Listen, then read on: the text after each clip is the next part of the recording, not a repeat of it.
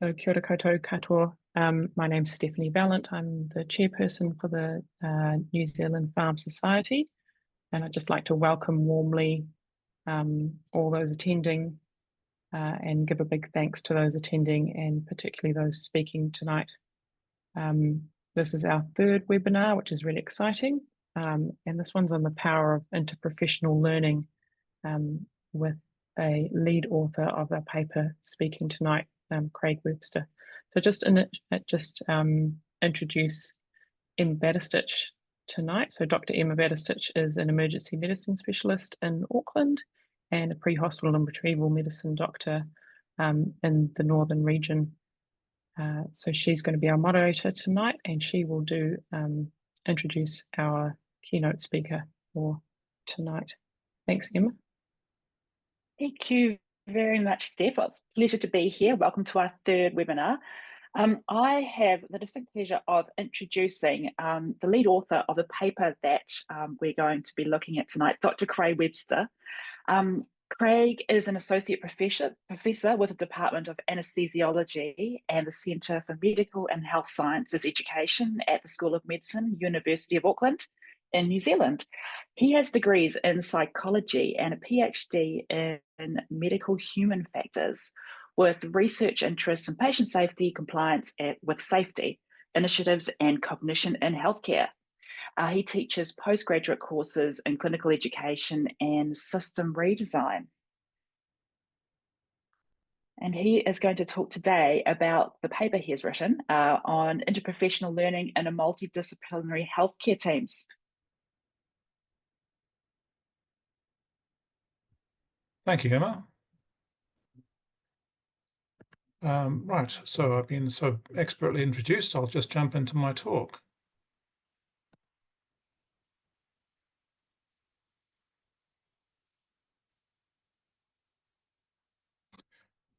Right, so interprofessional learning saves lives and prevents adverse events. We actually have fairly cogent evidence that this is now true. So let's think about what all this means. I just wanted to start off by saying what the difference between IPE, IPL, and IP teams are. Interprofessional education is what we deliver. Interprofessional learning is what we hope will happen when we deliver IPE. And interprofessional teams are teams of different professionals working together. But just because you have an IP team doesn't mean that IPL will be occurring necessarily. Sometimes putting a whole lot of people together who don't know each other very well and expecting them to work well together, it doesn't end well. And that's really because they don't know each other well enough, and systems haven't been set up so they will learn from each other effectively. So they are important differences. One of the issues with IPE in the past is that most of the measures that people have used to determine whether it's been effective or not are sort of soft outcome measures, and they're typically self-reported, emotional, behavioral, or attitudinal type things. And they're process measures, they're not endpoint measures. Whereas, often we want to know, well, does it actually make a difference to patient care? So hard outcomes are things like, they're typically quantitative. They're usually things like death, rates of harm, cost. These are hard endpoint measures, which usually matter more to hospital managers. And these are actually hard to measure in terms of, they're hard to show a difference in these things for an IP intervention or interprofessional learning and initiative. If you think about it on a spectrum, we've got soft outcomes down one end, self-reported evaluations, structured evaluations, observed process measures, that's a little more objective. And then we've got deaths, harm, and cost right down the hard end point of the spectrum. And the bulk of IP research sits about here. So that's one of the reasons it hasn't really impressed a lot of policymakers and managers, is because the evidence that often gets offered for making IP initiatives is in this quantitative category. And this is a quote from a surgeon that I heard at a meeting just recently at our university. Never before has so much been done on so little evidence.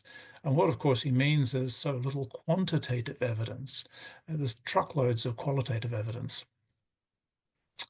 And here, Institute of Medicine report 2015, measuring the impact of interprofessional education on collaborative practice and patient outcomes, stated that definitive evidence linking IPE to desirable, immediate, and final outcomes does not yet exist.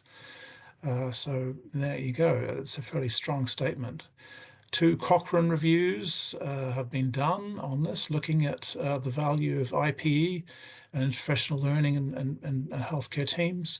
And they conclude that the quality of the evidence for the efficacy of interprofessional learning to improve patient outcome is poor, and no evidence suggests reduced rates of patient mortality. So this is all looking pretty unconvincing if you're a policymaker.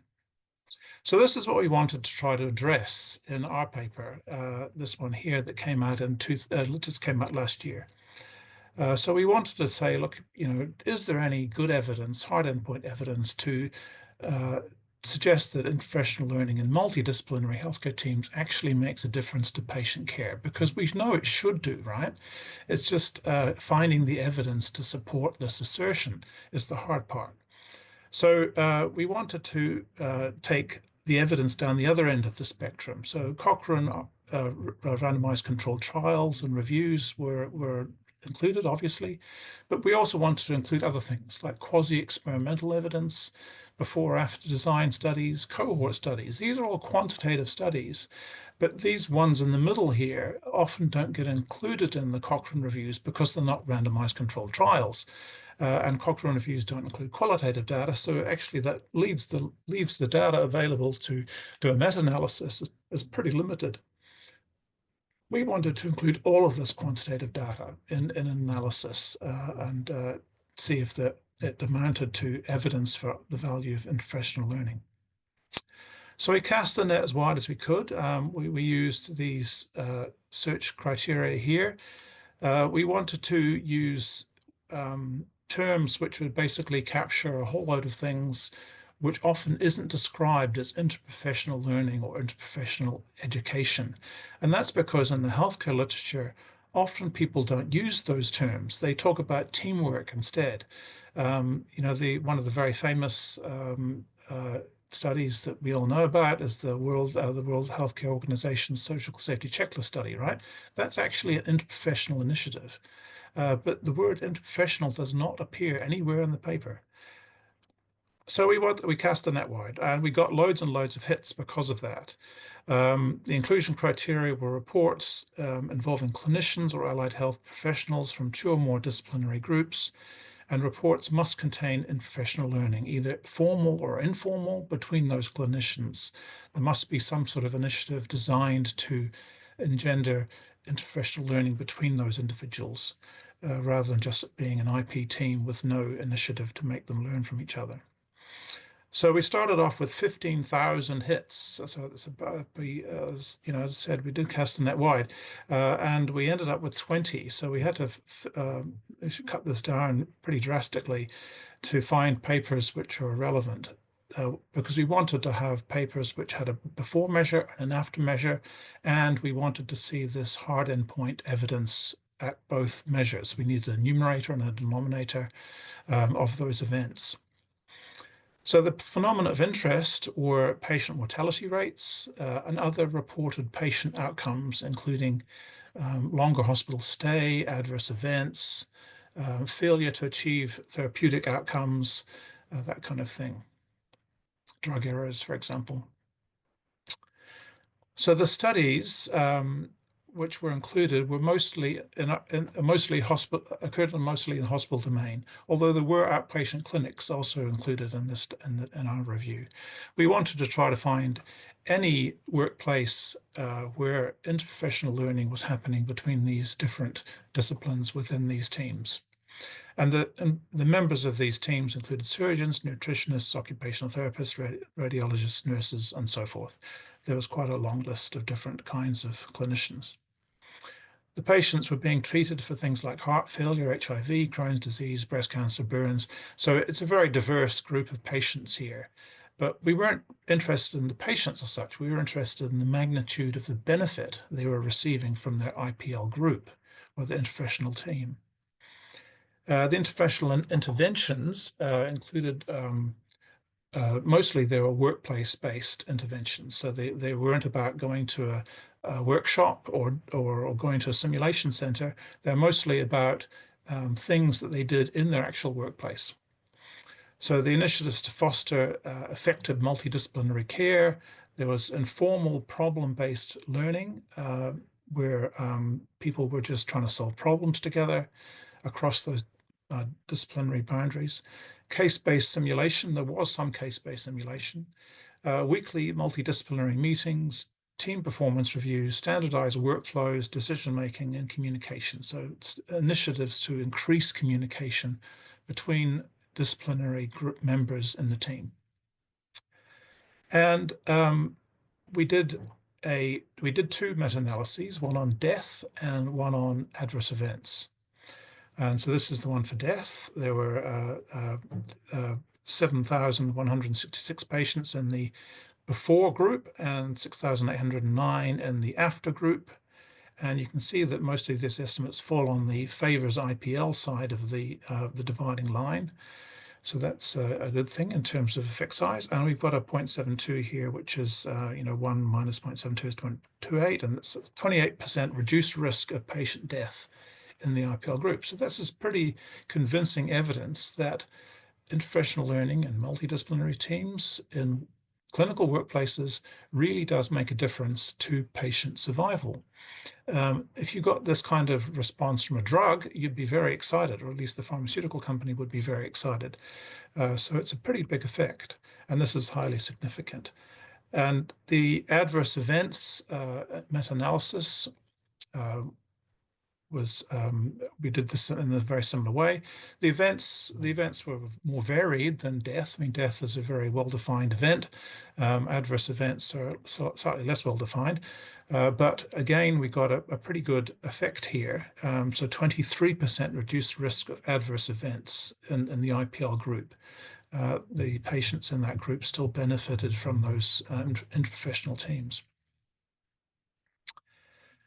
We did a sensitivity analysis because we wanted to know, our heterogeneities were quite high because these were different teams and different kinds of interventions. We didn't expect them to be as small as, say, they would be in a clinical trial. Clinical drug trials usually have pretty small I-squared values. R-squared values are considerably higher. So it's to be expected that there'd be a fair size in an educational intervention. So we excluded the 20% of studies with the widest 95% CIs just to see if our estimate would jump around, if it's stable or not. But it didn't. So after excluding the 20% of the studies with the widest CIs, our estimate for death stayed exactly the same at 0.72. Our death estimate for adverse events actually got slightly better, so it got changed to 0.77. So we conclude from this that our estimates are reliable and precise. So despite the relatively high heterogeneities, and that means we should admit all studies to the original estimate, or the original study, rather than excluding them. A year later, this study came out. Now, this study is interesting for a number of reasons. One of them is that it shows a result for death, which is very similar to our study as well. So that's interesting, despite the fact it's in a different domain. This is physician-led interprofessional pre-hospital teams. So the nature of these teams was more similar, and the domain was different. So these are largely these are not in hospital. These are pre-hospital. The in-hospital mortality rates, physician-led IP teams, it looks like this. And you can see again the estimates all fall on the good side of the line. And we have a 20% reduced risk of death in IP teams, which is very similar to our estimate. So that's interesting that in two very different domains, we get very similar numbers coming out. That suggests that The benefits from interprofessional learning maybe are more stable across domains than we realize. Maybe they're not domain specific. Maybe they're actually more to do with the members of the teams working together. Survival outcomes in physician-led IP teams showed a 49% reduced risk of 30-day mortality, and that's overall. But in the subgroups analysis, there's a 52% reduced risk in out-of-hospital cardiac arrest patients.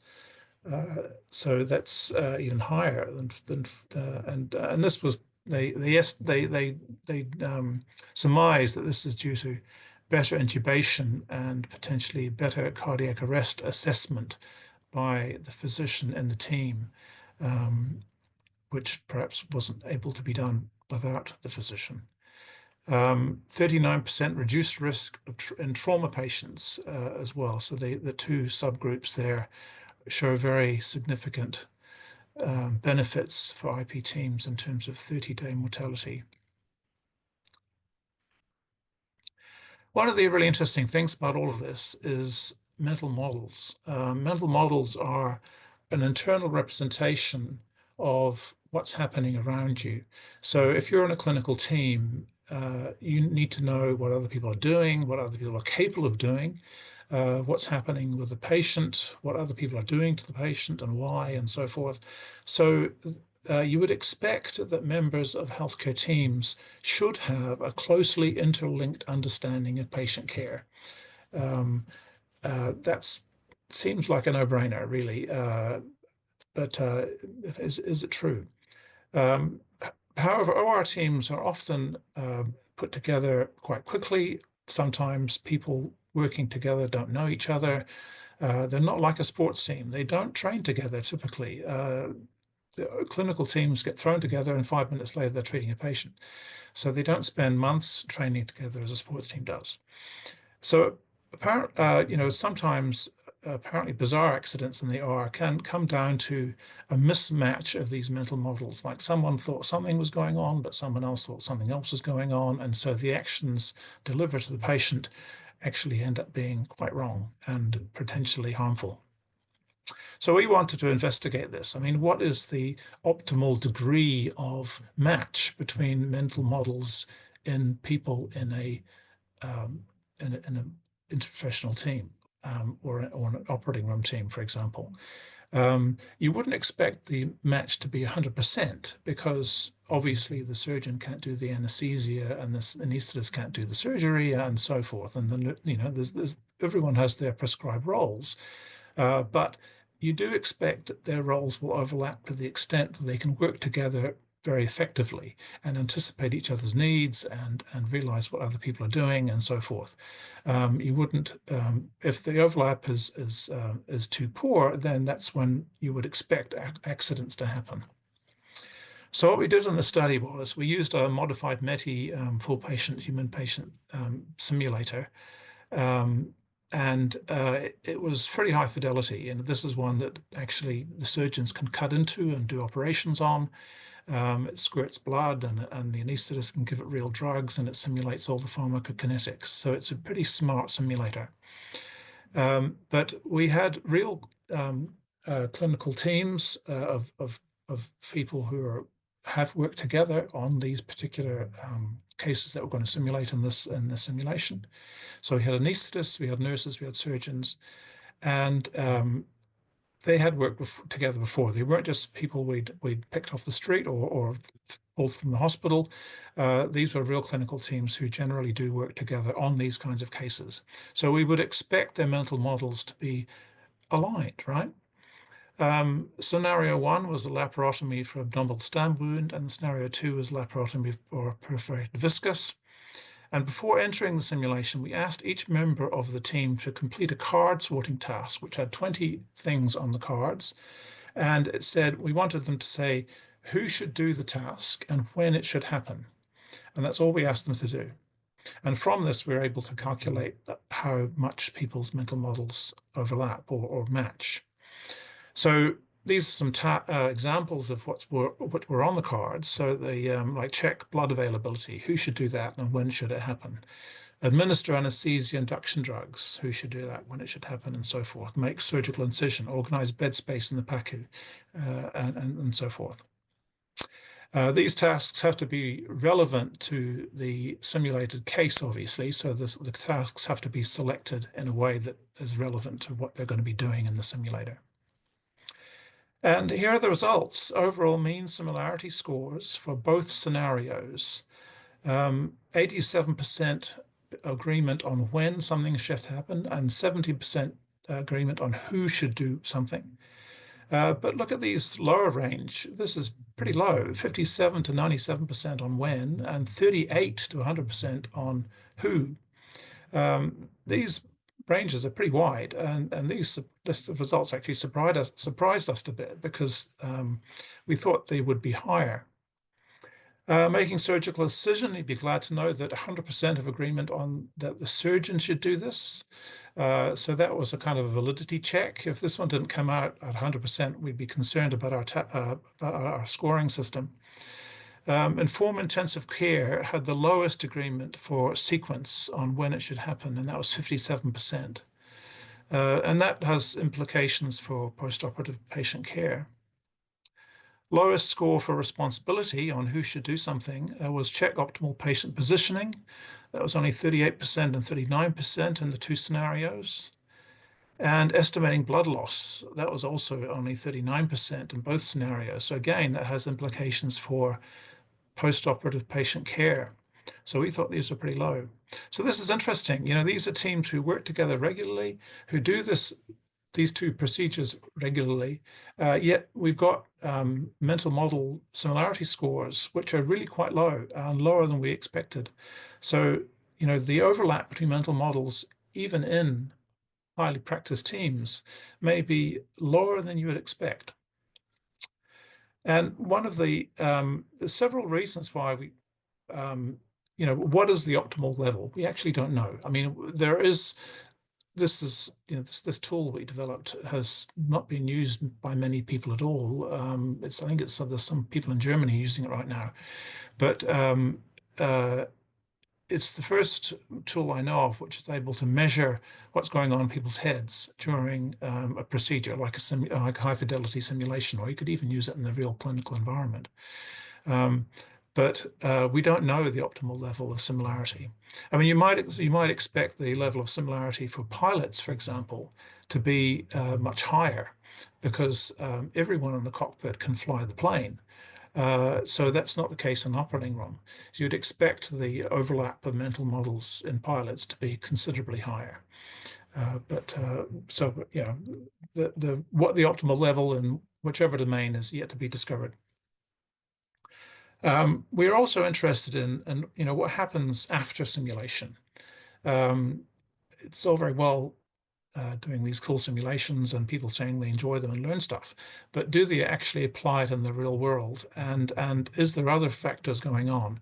Now, some of you might know the networks program. We have had a lot of anecdotal evidence that things learned in the network simulations are indeed translated into practice, and that's great. You know, we've had people tell us that they've used a skill they learned in the network simulator a week later.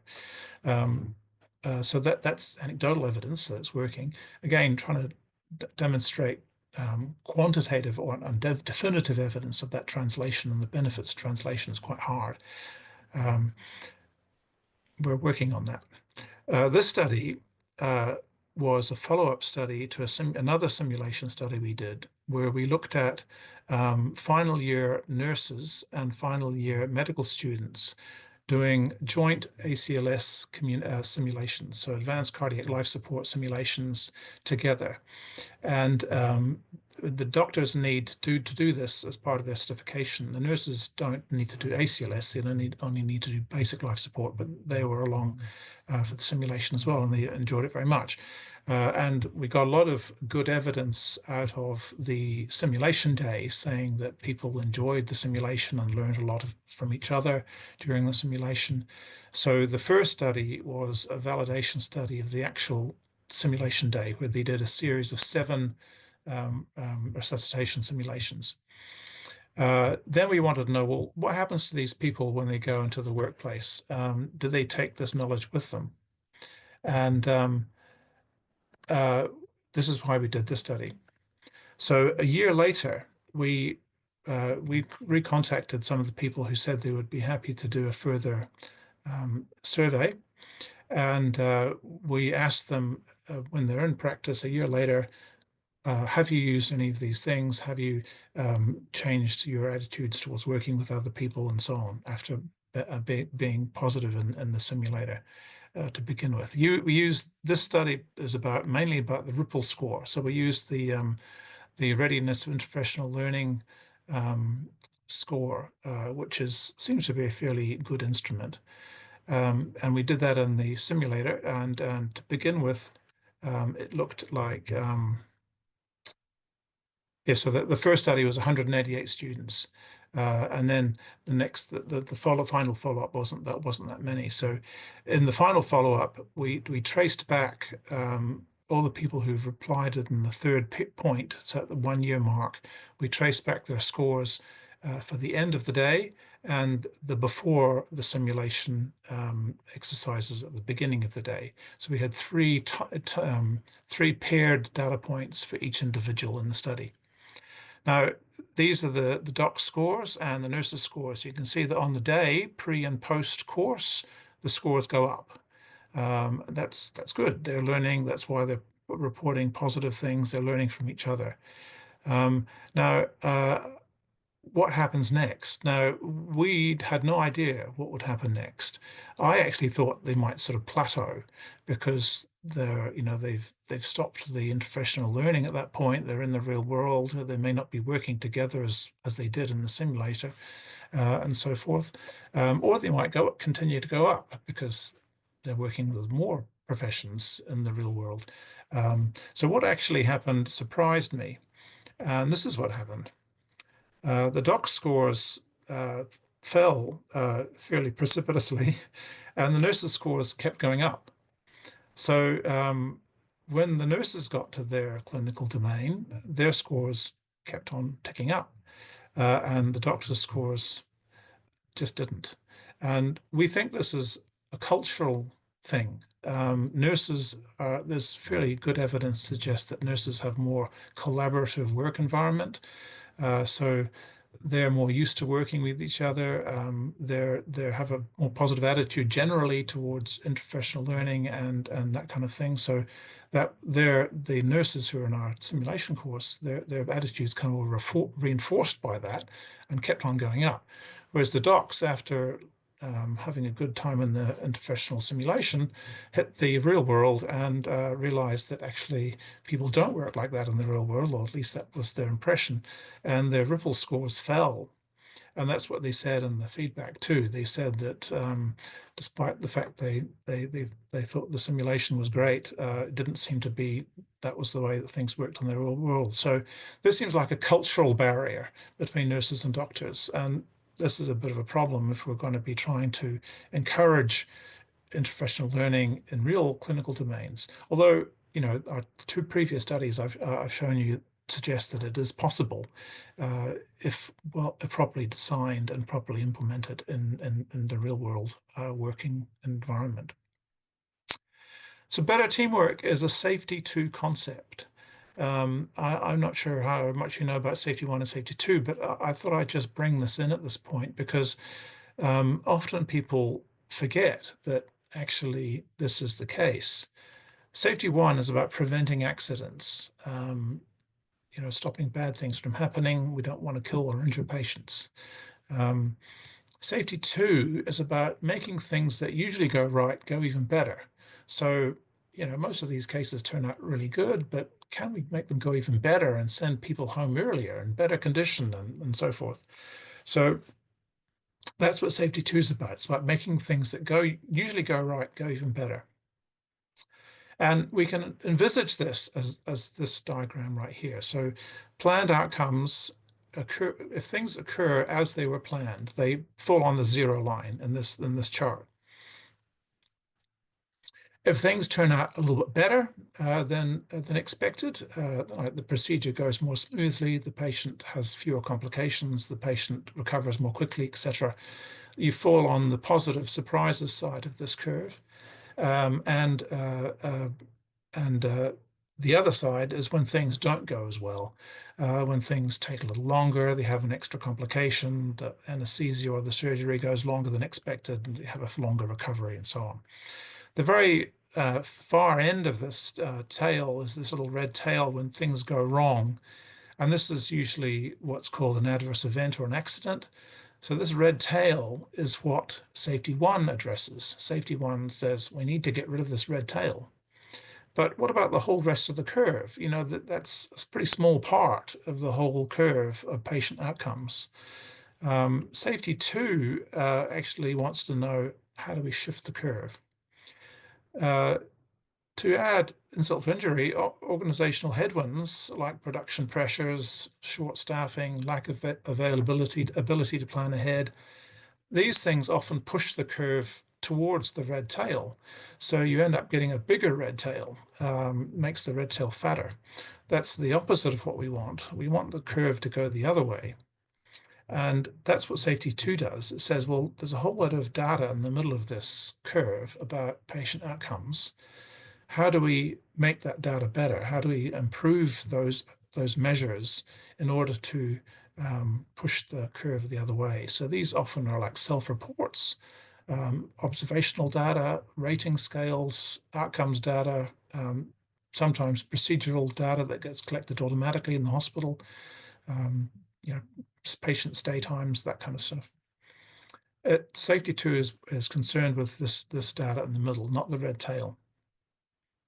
And it wants to push the curve the other direction. So if we're able to change processes and able to make those stays shorter, make the patients go home in a better condition, make them have less adverse events, all those things, that pushes the curve in that direction. So this is where teamwork falls.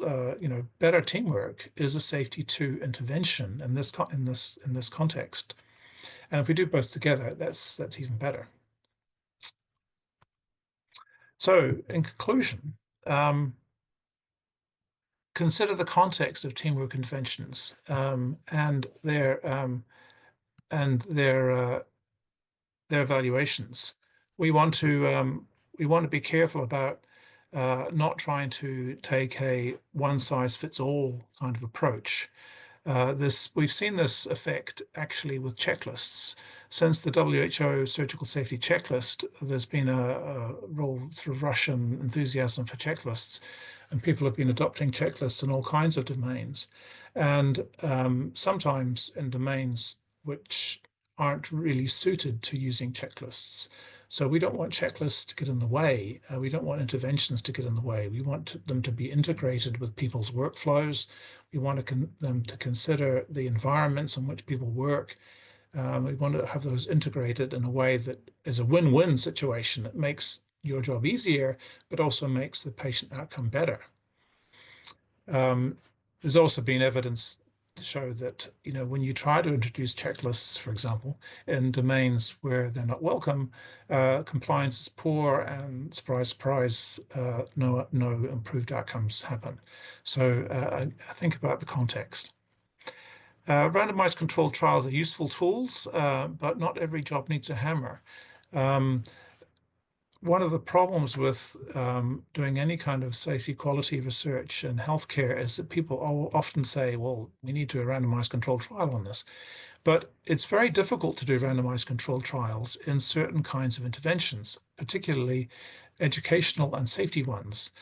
Safety interventions and educational interventions are very difficult to test with an RCT. And that's not surprising. RCTs were designed to test new drugs. That's what they're designed for. The first RCT was published in, I think, 1948, and it was a drug trial, and that's what they're designed to do. You can control all the variables much more easily in a drug trial. You can't control the variables nearly so easily in a safety intervention or an educational intervention. And interprofessional education interventions, interprofessional learning interventions, they often fall into this category which don't suit RCTs. That's one of the reasons there haven't been many done, but there are other quantitative study designs which are just as good, which aren't RCTs and which aren't qualitative. There's that middle ground of quantitative research that we need to do more of in interprofessional learning, I think. So education is necessary but insufficient condition for lasting improvement. So we need to embed these initiatives in a way that people don't just learn some nice new things and then go into their workforce and then more or less forget them next week. We need to embed them in a way that makes it part of their work. If you look, if you look at the way checklists, for example, are used in aviation, they're not an add-on. They're actually something which is embedded in the way the pilot does his job, his or her job. And we need to think about that in terms of interprofessional education as well. How do we embed these initiatives in a way that becomes second nature to people and actually makes their jobs easier, and therefore they'll keep on doing them rather than seeing them as an annoying add-on that they can't see the benefit of. Interprofessional learning and IP teams can lead to substantial improvements in patient outcomes. And both the quantitative studies I've presented tonight show pretty good evidence that that's the case. And as far as I know, they're the only two that exist right now, which is surprising, considering that interprofessional education has been going since the 1970s. We need more evidence about the value of these kinds of initiatives. And we need to think more about how we measure these kinds of initiatives. Do we do more work on mental models, for example? Do we do more work on looking at process measures and how they align with outcome measures? Do we sort of think about interprofessional education and teamwork improvement as a safety 2 initiative and look at the measures around that and evaluate it according to that? I think we need to do a lot more than the qualitative work that often gets done around IP, which is really just about, did you learn lots of interesting things today? Yes, I did. We would need to know what happens to that learning. Complex systems have a safety 2 type causality. So, I mean, healthcare is complex. We all know this. And safety 2 causality is really about, it's not about fixing the broken thing, because often there isn't a broken thing. If often it's just because a whole lot of factors varied in a certain way, which caused the procedures to exceed safe operating limits on that particular day for that particular patient in that particular team. If you go looking for a broken part that you want to fix or repair, you won't find it. So safety 2 causality means that you actually have to think about variabilities in teams, how teams work together, how those team processes, including mental models, result in the outcomes that we're interested in, which is patient harm, adverse events, that kind of thing. Safety 1 approaches are not sufficient on their own because of the inherent complexity of safety of healthcare. Safety 1 by itself is a little like that whack-a-mole game. There's always something popping up that you've got to hit and to get rid of. But often we need to think about the underlying things which are generating the conditions for those accidents rather than just trying to get rid of accidents. What are the wider issues in the organization which are leading to those events? And if we push that curve back towards the other side, then the red tail gets thinner for starters, and then we'll be further away from that dangerous end of the curve. Consider ways to measure improvements in everyday functions of teams, not just reduction in rare adverse events. So, improving the everyday functions of teams is an interprofessional concern.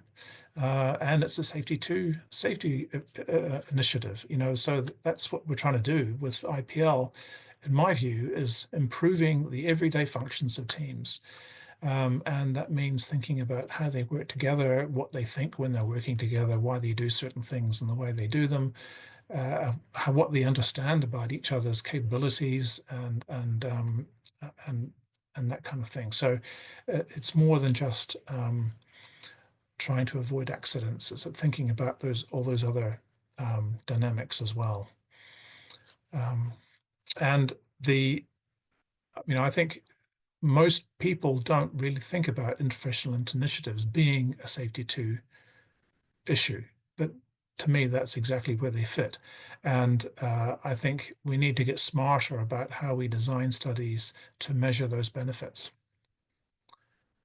Thank you very much.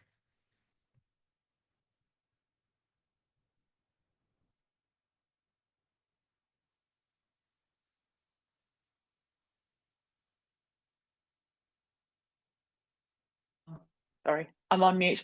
Craig, thank you so much. That was a great presentation.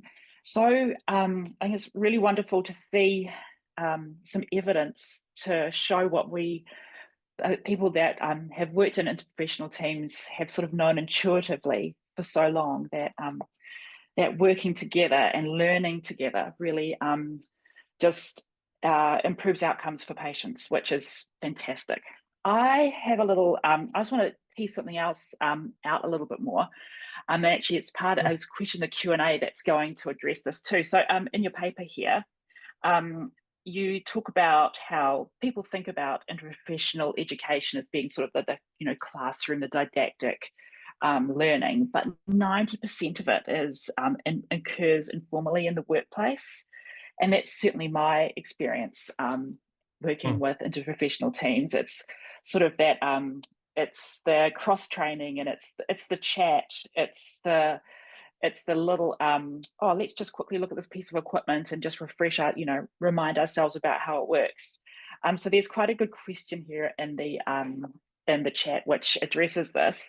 So as it says, were you able to control for what role structured learning plays in your results versus the findings of the Lavery and Mike's study, where training was not particularly the focus, but rather just high-performing teams tend to be interdisciplinary, where there's a flat hierarchy, which might explain the nurses and the doctors little bit there. And here's a really interesting question behind that. Would teams that have regular social functions demonstrate similar benefit? Okay, so there's a few bits to that question. I think the informal learning in the workplace works best when it's problem focused. So it's about how do we solve this problem? And who knows how to solve this problem? And working together to solve problems makes that kind of cross-disciplinary learning more meaningful and more beneficial. So I think part of the weakness of classroom-based interprofessional education is that often it seems very flowcharts on the on flowcharts and acronyms on the whiteboard and all that kind of thing, and it's very abstract, and it's not necessarily very problem orientated. So you learn interesting stuff, but it's not necessarily applicable directly to what you do. So when you go back to your workplace, you fairly quickly forget it. So that translation from the classroom workshop situation probably isn't very good. Translation from simulation is probably much better, because you're doing stuff which is highly relevant to what you do in the work context, or at least you should be if you're in a simulation relevant to your work. That translation between simulation situation to the workplace situation should be much better. We've yet to definitively show that. So that's another area where we need more evidence. But that seems to make sense in terms of the evidence we have. Now, would a social event be just as good? I think the social event falls into the workshop category. Yes, it's pleasant, and yes, people enjoy it, but does it make translation to the workplace happen? I would suggest it probably doesn't. No, I would tend to agree with you there. I think having a beer is different from learning through simulation. I've learned so much from my colleagues in the hospital and in the pre-hospital setting, from being on jobs and watching how they perform, and like you said, like problem solving those real life situations. So no, that's super interesting. I've got a question as well. You say that we need more evidence. So have you got some thoughts about where this field should be heading next, so we can build some stronger evidence for interprofessional learning? Yeah,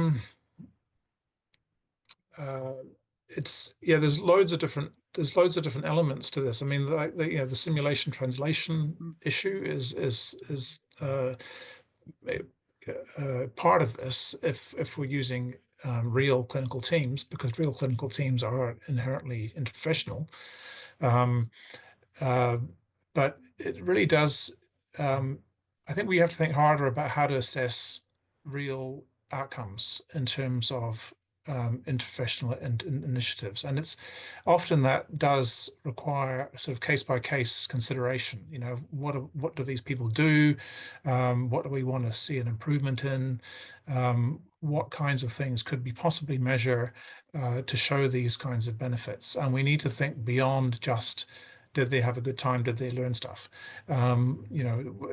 So I think that's why I talked about the mental models, because I think mental models is a really interesting element. It's quite a different kind of measure. It's measuring sort of cognitions in people's heads. That's quite a new idea, and there's various different ways to do that. And we've done a study where we had a pause and discuss simulation. So we'd do the simulation for a bit, and then we pause the simulation, and then we'd basically go around the team and we'd say, you know, what do you understand about the procedure right now, and what do you understand, and what do you understand? And again, it gets to grips with what people are thinking and what people think their role is at that particular time, and you get to have a better understanding of, again, mental models. What do people do in teams to make decisions and work together? That gives an insight into how effective the simulation might be for people to learn from each other. We also did another simulation where we gave particular members in the simulation a particular piece of information, which was actually relevant to somebody else in the team. We didn't tell them to share it. We just, as part of their briefing for the simulation, the information was in there. And at the end, in the debrief, we asked the person who should have known that information, did they know it? And if they didn't know it, why didn't the person who did know it in the team not pass it on, and so on? So, that information should have percolated through the team to the person who knew it, but maybe the person who knew it didn't know that other person needed to know it, right? So that's an idea of, I know this piece of information, but I don't know, or do know, that this other person in the team really needs to know that for caring for the patient. So that kind of information sharing is really dependent on your understanding of your role and your understanding of other people's roles and what they need to do their jobs. So all of that stuff is really interesting, but it's complicated, and teasing it all out is tricky. Yeah. But it's a really interesting area that I think we need to do more work in. Oh, no, absolutely. And I love how there's not so much reliance on that strict randomized control trial, that we can sort of use other ways of collecting evidence as well, as part of the research. I'm just having a little look down. Does anybody else got any questions? Feel free to drop them into the chat. We've answered the one question there, which was about the flattened hierarchy. Yep. And the social events, which I thought was a really interesting way of looking at things. Yes. Yes. Yeah, I think one of the weaknesses of RCTs in this domain is that RCTs basically control for all the variables, so that any variation you see in the outcome measure is assumed to be due to the new drug or the intervention, right? So because we control for all the variables, any change in our outcome measure must be because of our intervention. And you can do that with a drug trial. You can have a placebo-controlled trial, double-blinded, blah, blah, blah. It goes into patients' veins. There's nothing getting in the way of the pharmacological interaction between the drug and the patient, or not if they've got the placebo. So all of those things can be very tightly controlled.